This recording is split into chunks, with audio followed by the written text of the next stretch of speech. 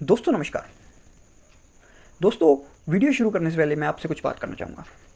दोस्तों, ये जो चैनल है ये बिल्कुल नया चैनल है। इसमें आप क्राइम स्टोरीज़ और पूरी दुनिया में जो कहानियाँ किस्से हैं उस बारे में ये चैनल है। तो इस चैनल को ग्रो करवाने में हमारी मदद ज़रूर करें।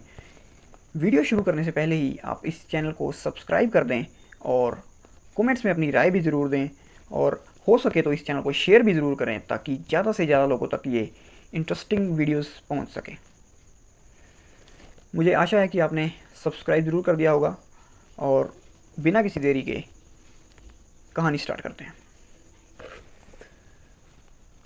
दोस्तों, आपने मोसाद का नाम ज़रूर सुना होगा। मोसाद एक इजरायली एक सीक्रेट एजेंसी है जो कि पूरी दुनिया में जहाँ भी उसके दुश्मन बैठे हैं वहाँ वो ऑपरेशन करता रहता है। मोसाद के काफ़ी ऑपरेशंस के बारे में आपने सुना होगा, लेकिन आज जो मैं आपको बताने जा रहा हूँ ये ऑपरेशन आपने नहीं सुना होगा, क्योंकि इस ऑन पेपर ये जो ऑपरेशन है वो नहीं है। और लेकिन मैं ये पूरी रिसर्च करके ये ऑपरेशन के बारे में पूरी जानकारी लेकर आपके लिए ये लाया हूँ। और सुनिएगा दोस्तों, बहुत ही इंटरेस्टिंग वीडियो है। समय था 2006 का। 2006 के आखिर में इसराइल और लेबनान के बीच जो जंग थी वो समाप्त होती है, और इस जंग के बाद लेबनान को काफ़ी नुकसान हो जाता है। हालांकि नुकसान जो है वो इसराइल को भी होता है, लेकिन लेबनान में स्थिति काफ़ी दयनीय थी। इन खराब हालातों के बीच भी एक आदमी जिसका नाम था सलाह एजुद्दीन, ये लेबनान का बहुत ही बड़ा बिजनेसमैन होता है, और उस समय में भी इसका जो बिज़नेस है वो काफ़ी ऊंचाइयां छू रहा था। कौन था ये आदमी? ये आदमी लेबनान का बहुत बड़ा बिजनेसमैन तो था ही, लेकिन इसका जो मेन काम था वो हिजबुल्लाह के लिए, हिजबुल्लाह एक लेबनान में एक टेररिस्ट ग्रुप है, उसके लिए काम करना था। ये आदमी अपने बिजनेस के थ्रू भी हिजबुल्लाह की मदद किया करता था।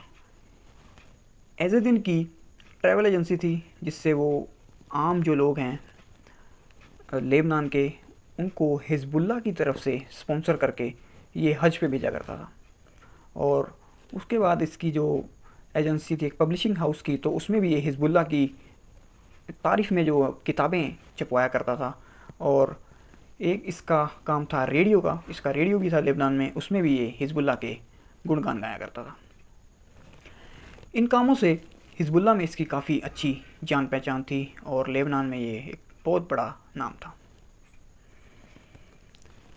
इस दौरान ईरान जो है वो हिजबुल्लाह की काफ़ी मदद किया करता था, हथियारों के उसमें भी और फाइनेंशियली भी। तो समय आ जाता है 2009 का।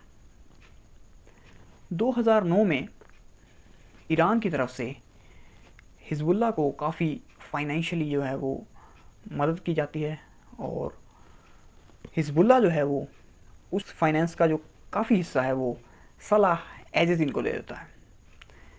सलाह एजुद्दीन को ये पैसा इसलिए दिया जाता है कि इस पैसे से वो और पैसा बनाए, क्योंकि वो एक बिजनेसमैन था और हिजबुल्लाह का करीबी था।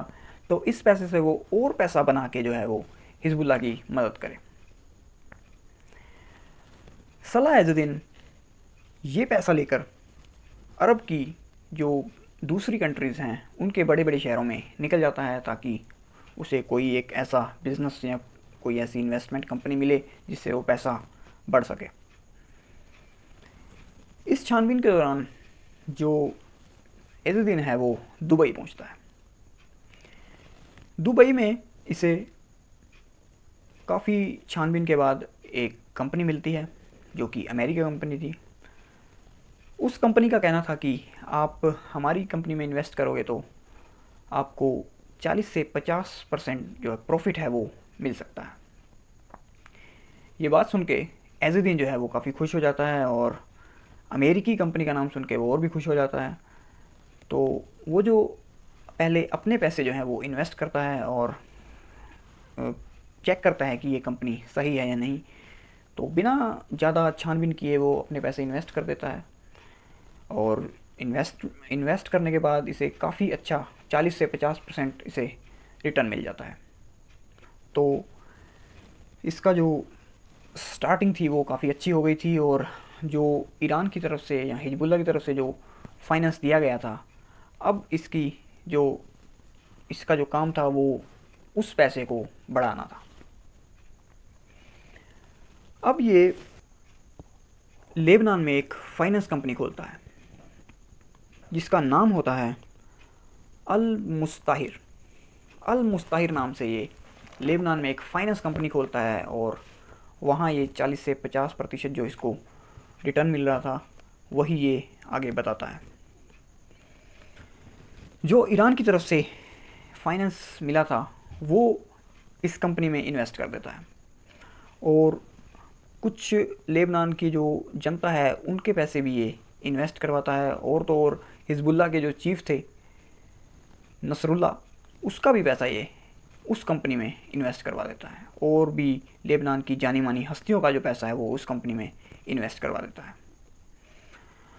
तो ये काफ़ी बड़ी रकम जो है वो उस कंपनी में इन्वेस्ट करने के बाद एक लेबनान के पॉलिटिशियन हैं जिनका नाम था हुसैन हज हसन,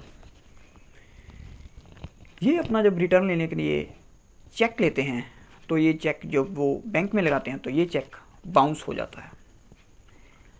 बाउंस होने के बाद जो एजुद्दीन है वो हैरान रह जाता है, क्योंकि वो पहले तो ये कंपनी उसे 40 से 50% रिटर्न दे रही थी, लेकिन जब हुसैन हज हसन अपना चेक लगाता है तो ये बाउंस हो जाता है।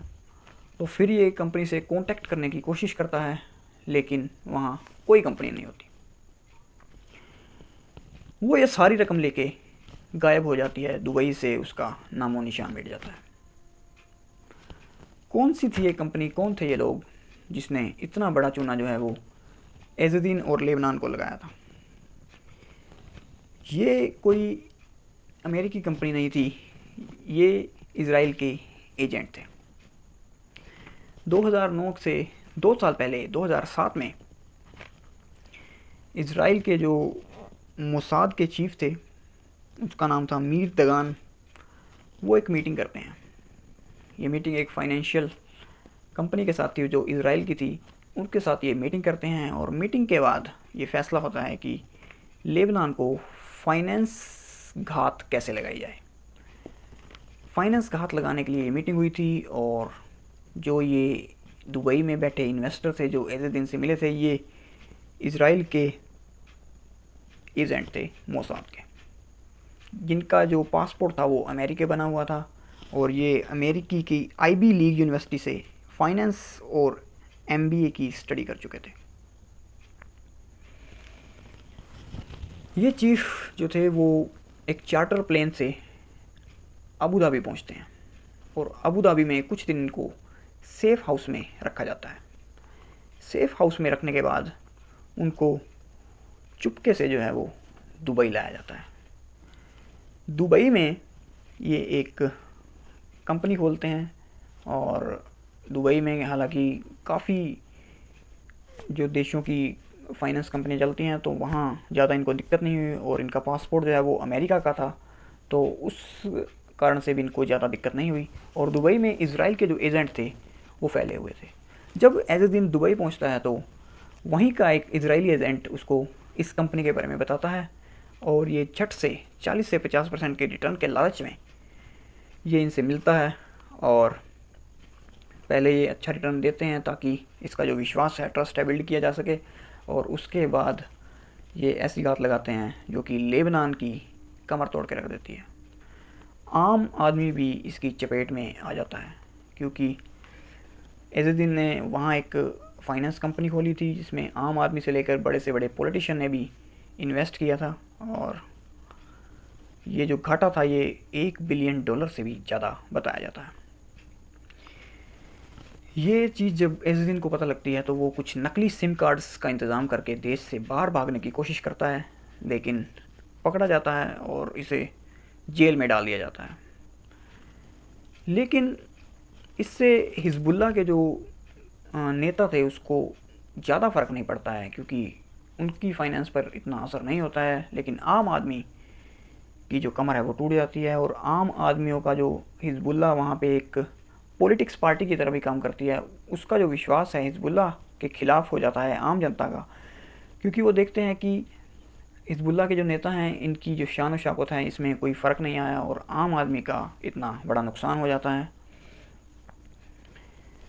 तो इज़राइल ये ऑपरेशन बहुत ही समझदारी से और बहुत ही जल्दी इस ऑपरेशन को अंजाम देता है। इस ऑपरेशन का नाम होता है ऑपरेशन ग्रीड। और ये चारों जब ये ऑपरेशन कंप्लीट करके इज़राइल पहुंचते हैं तो इनके लिए पार्टी रखी जाती है, और जब ये पार्टी में एंटर करते हैं तो इनके लिए तालियां बजाई जाती हैं। तो ये दोस्तों, ये जो ऑपरेशन था ये ऑन पेपर आपको बहुत कम मिलेगा, और इसकी जो वीडियोस हैं वो भी आपको बहुत कम मिलेंगी, क्योंकि ये एक सीक्रेट और ऑन पेपर भी इसका इतना जिक्र नहीं होता। लेकिन ये बहुत ही सक्सेसफुल ऑपरेशन था मोसाद का, जो कि इज़राइल की एक सीक्रेट एजेंसी है और पूरे विश्व भर में इसका लोहा माना जाता है। तो इसने लेबनान की जो फाइनेंशियल एड है इस पर काफ़ी बड़ा घात लगाया था। तो इससे लेबनान को काफ़ी नुकसान हुआ और हिजबुल्लाह का जो टेररिस्ट ग्रुप है इसको भी काफ़ी नुकसान हुआ। तो दोस्तों, ये थी आज की कहानी।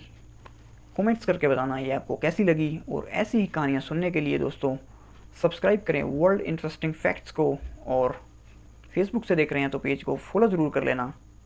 धन्यवाद।